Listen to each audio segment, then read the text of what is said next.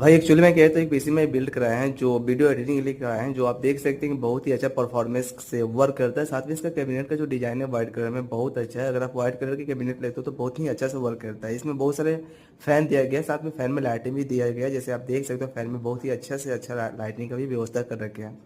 उसके बाद कहें तो इसमें आप देख सकते हैं कि हमने यहाँ पे एक अच्छे तरह के माउस का यूज़ करके रखे हैं, और एक हमने माउस में बहुत तरह का लेफ्ट राइट बटन का भी यूज़ करके रखे हैं। साथ में अच्छा परफॉर्मेंस भी वर्क करता है। और यहाँ पे देख सकते हैं कि हमने एक गेमिंग कीबोर्ड भी यूज़ करके रखे हैं। अगर आपको गेमिंग कीबोर्ड वर्क करना चाहता है बहुत ही अच्छे से वर्क करता है।